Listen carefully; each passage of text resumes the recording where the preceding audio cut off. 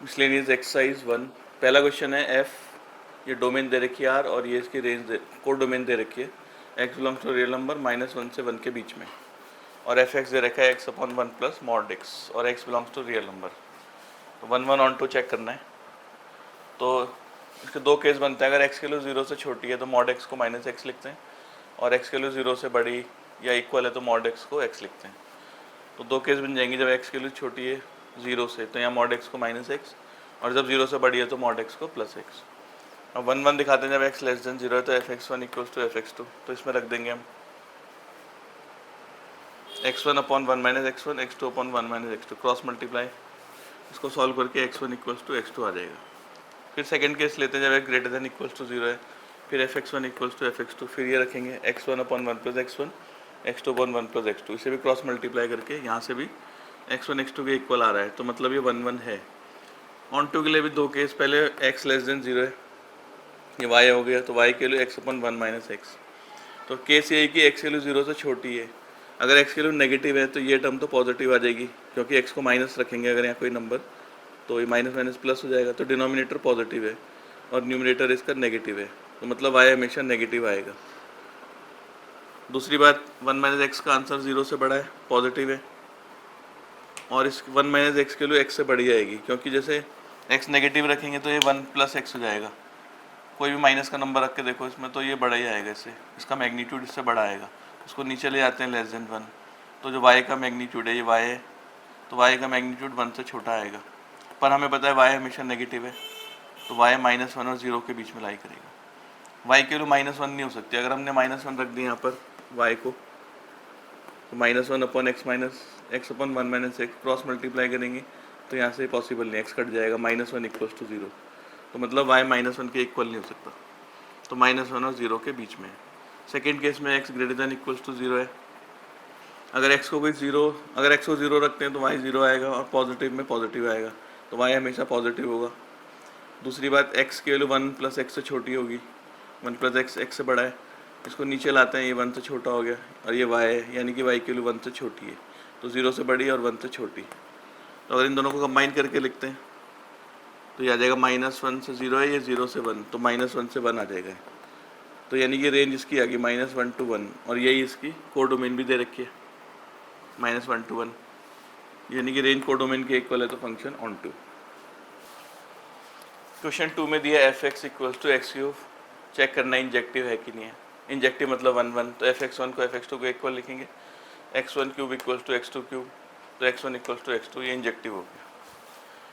Question 3 में दिया है px, पार सेट बोलते हैं, ये सेट है सारे सबसेट्स का, x के जितने सबसेट बनेंगे उसके कलेक्शन को बोलेंगे पार सेट। कह रही है अगर इसमें पार सेट में से कोई दो एलिमेंट लिए, मतलब दो सेट लिए ए बी जिसको बिलोंग करते हैं, तो इनके बीच में रिलेशन तभी होगा जब ए सबसेट होगा बी का। तो बताना है इक्विवेलेंस रिलेशन है कि नहीं है। तो रिफ्लेक्सिव के लिए दोनों इक्वल लेंगे तो ये ट्रू होगा, ए सबसेट ऑफ ए।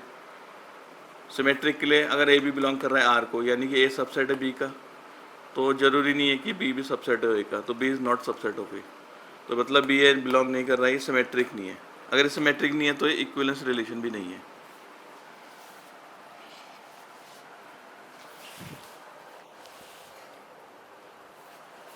क्वेश्चन 4 में निकालें number of all onto function, सारे ऑन टू फंक्शन बताने कितने बनेंगे फ्रॉम सेट, इस सेट से इसी सेट की तरफ, मतलब डोमेन में भी आएगा और रेंज में भी इसी के एलिमेंट आएंगे।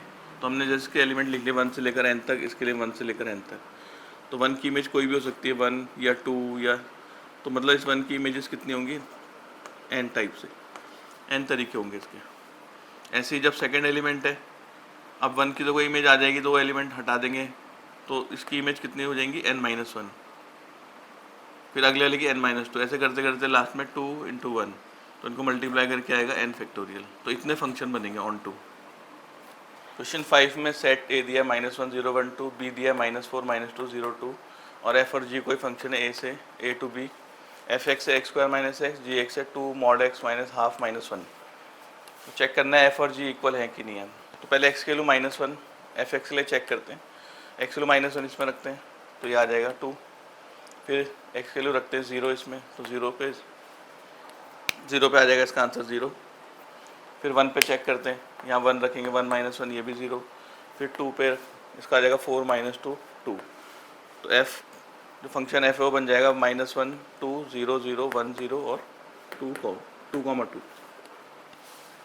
अब ऐसे जी एक्स के लिए भी चेक करेंगे, पहले -1 रखेंगे यहाँ पर, तो 2 -1 -1/2 -1, ये -3/2 होगा, पर ये मॉड है तो +3/2, 2 कट जाएगा तो आंसर 2। फिर 0 रखेंगे यहाँ पर 0 रखेंगे x को, तो 0 में ये इसका मॉड आ जाएगा +½ तो ये 2 कैंसिल, 1 - 1 0। फिर 1 पे निकालेंगे, यहाँ 1 रखेंगे, 1 -1/2 -1, ये भी 1/2 आएगा, ये भी 0।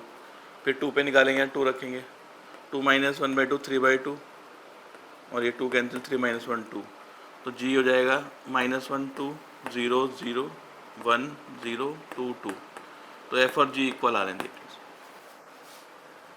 क्वेश्चन 6 में दिया सेट A 1, 2, 3, इसमें निकाला है number of relation containing 1 2 and 1 3 1 2 and 1 3। तो ऐसे रिलेशन बताने इसमें 1 2 और 1 3 होना चाहिए और वो रिफ्लेक्सिव सिमेट्रिक होना चाहिए, पर ट्रांजिटिव नहीं होना चाहिए।